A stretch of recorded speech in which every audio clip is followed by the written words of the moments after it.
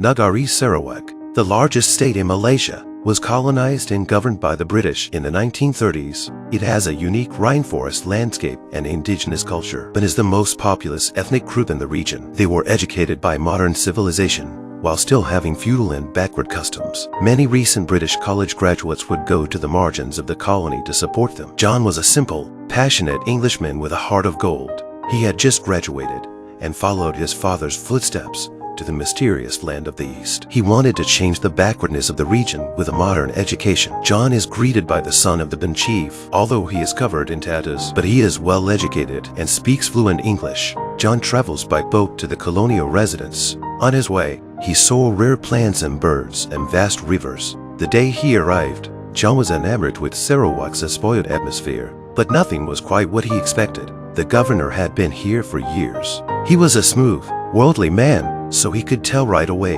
that John lacked social experience and sophistication. Sarawak has almost no asphalt roads. John had a bumpy ride for hours in a car pulled by two oxen. Then the chief arranged for John's accommodation to be shabby. The cook who lived with him had a mean face and had been in jail for murder. Young John had never seen this before. His fantasies of the exotic Orient were instantly crushed by reality.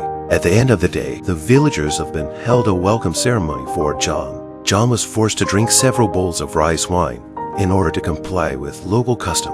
A beautiful, curvaceous local woman danced surrounded by the crowd. She was dressed in Aboriginal costume and headdress. John was mesmerized by her delicate dance and charming smile. The Ben tradition is all about drinking, fun, and sports. John also took on the challenge of performing in public. He danced the waltz with the patriarch's son. The two men looked strange and danced awkwardly and comically. Everyone laughed out loud. After this farce, John was able to get along with the villagers. The next morning, John was about to start his work. The team leader and the chief arrived at the residence with the girl from last night's dance. This pretty girl is Salima. She is the local The Sleeping Dictionary. Her duties were to be John's temporary wife and language teacher. It turns out that all officers sentenced to the colonies get to own a copy of the Sleeping Dictionary. In addition to satisfying the physical needs of the men, the officers were also given the opportunity to quickly familiarize themselves with the language and culture of the indigenous people. The women who were candidates were given some autonomy. They were free to choose their white officers.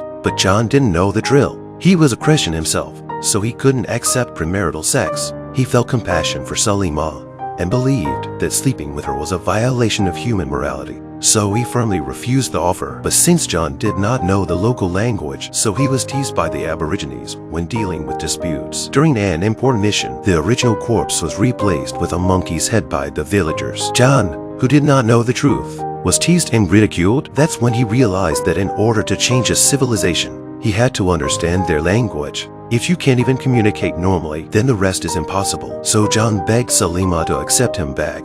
They learned the language during the day, but at night, they sleep in separate beds. John learns that Ben is very open about sex. They believe that a relationship between a man and a woman should be a natural and mutually beneficial union. Sexuality is more important than abstinence. John and Salima have built a strong emotional foundation through their time together. He has already fallen in love with a frank and intelligent girl, and John's respect and care for women made Salima feel good about him. That day, in the romantic night and insect singing, they can't help but kiss each other to make each other a superb love experience. The officer's daughter Cecil came to Sarawak after graduation. John was invited to a family gathering. At the dinner table, they talked about the history and culture of Ben. They also mentioned the legend of the Sleeping Dictionary. The ladies thought it was ridiculous. The men thought that even if it happened, they should not consider her as true love. Only John argued against it. He believed that love should not be hindered by class and upbringing, and his comments were met with public criticism by the chief. However, the officer's daughter, Cecil, has taken a liking to John. Cecil has a good background and is highly educated. She had studied the Aborigines, so she had something in common with John. The officer's wife also tries her best to bring them together in the hope of a happy marriage. Cecil took the equipment out for a photo shoot. She spotted the beautiful Salima. Soon Cecil took some pictures of Salima. John was in a difficult position. This made Salima keenly aware of his relationship with Cecil. Afterwards, Salima said sadly, her father is English. She was half English but still very low status. She is like the daughter of a prostitute, who is still a prostitute, and will be abandoned at any time. So John learned that the former officials treated Salima very badly. They saw her as a tool for their lust. There was a rumor of an epidemic in the neighborhood. John took the chief's son and Salima deep into the jungle to find the source of the disease. When the three arrived at the other tribes, they found the place full of dead people. Strangely enough, Salima is also infected with the disease. She had dizziness and weakness. Fortunately, John soon finds out who's behind it. In the process of tracking down the culprit, he discovered that some Dutchmen were using explosives to mine the mountain. And from the composition of the rubble, he also found that this is a silver mine vein. It turns out that these people, in order to take over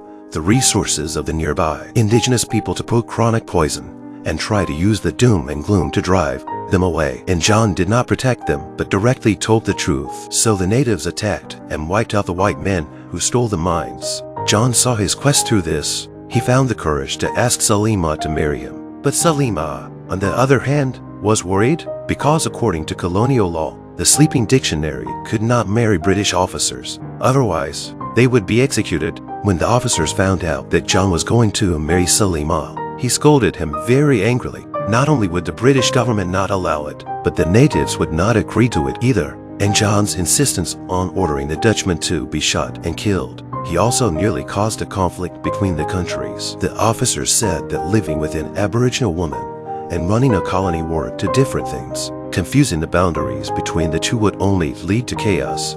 Salima's people forcibly prevented their marriage. John realizes how foolish and naive he is. A small individual is in no position to challenge the system or raise consciousness. They are forced to give up their love for each other due to multiple pressures. John returned to England and married Cecil. Although he was physically fulfilling his duties as a husband, but he lost his emotional passion. A year later, John returns to Sarawak with his wife to fulfill his wish to open a school. In fact, he was still in love with Salima. John inquired and learned that Salima had already married the patriarch's son. When he found Salima, he discovered that she had given birth to John's son. The boy has distinctive white features. Afterwards, John confesses his love for Salima again, and Salima could not resist the longing. They dated frequently in private, but the patriarch's son saw this. He thought John was going to bully his wife again and tried to kill him in the night. But Salima stopped him in time. John only suffered a minor skin injury. Cecil woke up and saw the eye contact between her husband and Salima. She immediately understood everything, and by law, it's a capital offense for an Aboriginal to attack a government official. John knew it was his fault.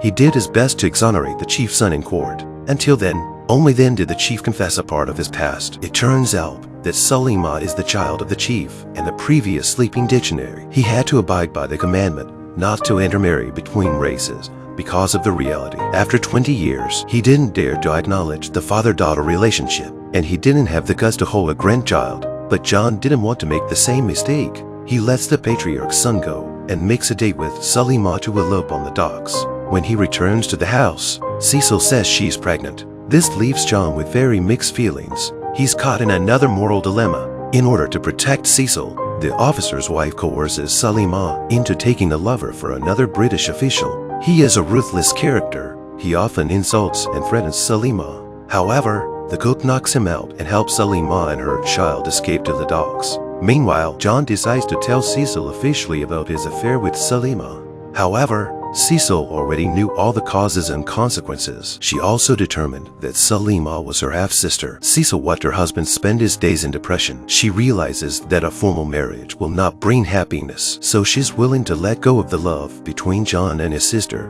Since John didn't show up for the promised meeting, Salima took the children to the Dutch colony. John chased her over the mountains and finally reunited with Salima at the old mine. The two are about to embrace joyfully. The British officers who tortured Salima also arrives. He forced John to handcuff himself to the bamboo. The horrible thing is, he was about to rape Salima and beat John all over his body with blood. In a life and death situation, the Aborigines that John had helped came to the rescue just in time. They shot him with poison arrows and saved the couple from their fate. Eventually, the two broke through all the obstacles. Salima broke away from them. John never returned to England. They took their children to live with them in other tribes and stayed together for the rest of their lives.